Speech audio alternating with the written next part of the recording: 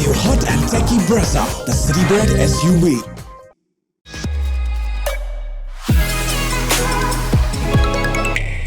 RCB and DC, who even gave these teams a chance at the halfway stage of the season, but here they are, both among the most informed teams in the back end of this competition. So much at stake. And the big news the day before the game is that Pant will not be there. How big a blow is that for Delhi? Jeez, massive. That's actually huge. I mean, he's been decent for them this year, hasn't he? I think what's he been striking in the 150s. He's been pretty consistent with the bat, but his leadership's been very, very good. He's brought this side back from the brink of an early elimination in the tournament. They were a long way behind the pace at the start, and they've just gone into such a nice run, and it looks like everyone in that unit's clicking. So that's going to be a huge loss. Probably the biggest concern for them is that how do they fill that gap? Obviously, they're going to have to replace a keeper. Fortunately, they've got three keepers who are already in that playing 11. You've got Shea Hope, you've got Porrell, and you've also got Tristan Stubbs. So that won't be an issue. They may give it to Porrell, potentially, because the other two are very good in the outfield, and they've saved a lot of runs doing the boundary rope work. So that'll be fascinating. And then how do they fit another batter in there? And that's going to be the question. Do they have to find a way to get David Warner in to bolster that middle order, or does Kushagra get a chance in that middle order?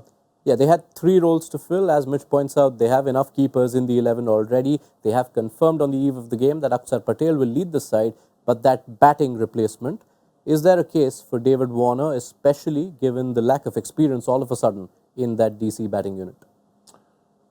Look, I mean, I think they should go with Kushagra because that would just mean changing your overseas combination again, which they shouldn't do because all their overseas have been going really well at this point.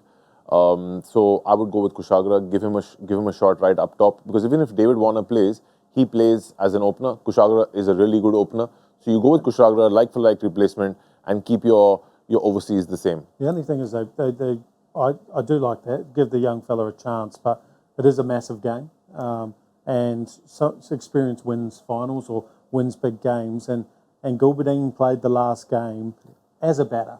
He didn't bowl in that game. So you might be able to, in this scenario, where Gulbadine's just played the one game as a finisher and wasn't amazing, that you could probably just bring Davey in. The reason I said that is because I would like to see Nokia come back in instead of Gulbadine, bolster their bowling, because I feel if Nokia can get going, that would be bad news for the opponents, all right?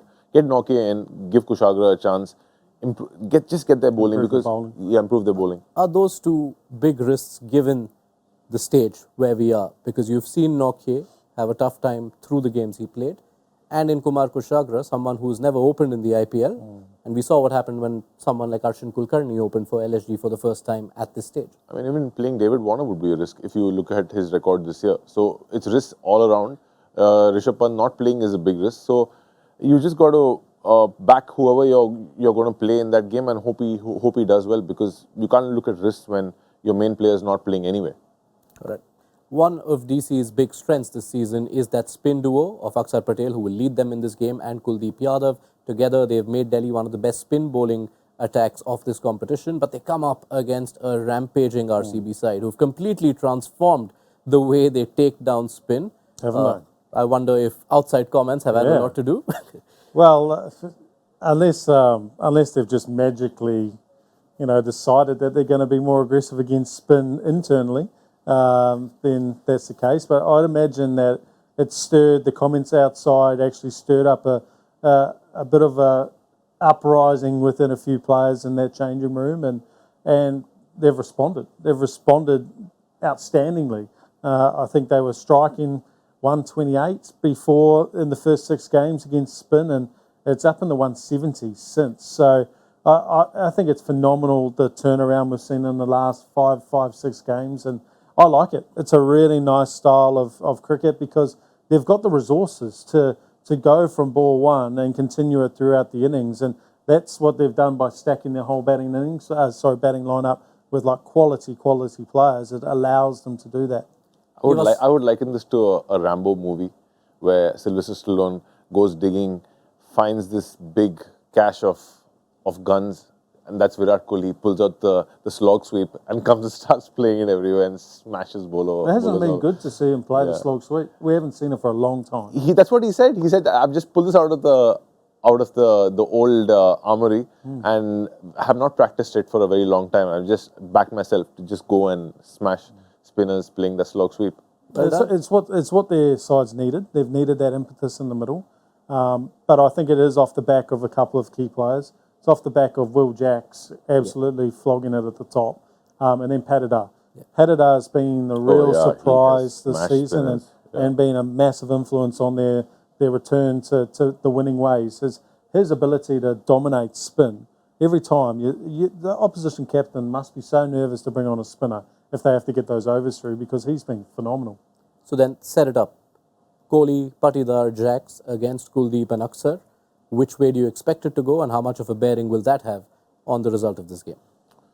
I'm going to go even Stevens because Akshar and Kuldeep are really good spinners. Akshar is very miserly. He doesn't want to give away too many runs. Bowls really stump to stump. It's not going to be easy for those guys to play the slog sweep because Akshar does not give them that length to play slog sweeps. And with Kuldeep, he's really, really brave. Even in the games where everybody is going over 10s and 12s, he finds a way to pick up wickets. So it's going to be a fun competition tomorrow. I kind of agree with that, because in those high-scoring games, both Kuldeep and Akshar have been the shining light. So they know how to play against aggressive batters, and I'm expecting them to put up a big fight.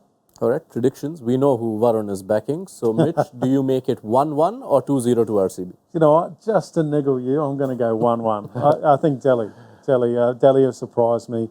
I think they've got slightly more momentum than RCB, but they're both form sides at the moment. So I'm actually really looking forward to this. They have to get Jake Fraser-McGurk out. They have to be brave, swing the ball, get him out, because if he gets going at the Chinnaswamy... It could be the first 200 we've seen in the IPL. If he gets going at the Chinnaswamy, man, that's bad news. All right, I'll wish your former team well in dealing with that threat. I'll leave you with an optimistic note. RCB have won 4 on the bounce. The last time they won 5, it's long ago. We'll find it out and we'll tell you. So be sure to join our coverage just before toss time on Maruti Suzuki Arena presents ESPNcricinfo Timeout, powered by JBL. All new hot and techy Brezza, the Citybird SUV.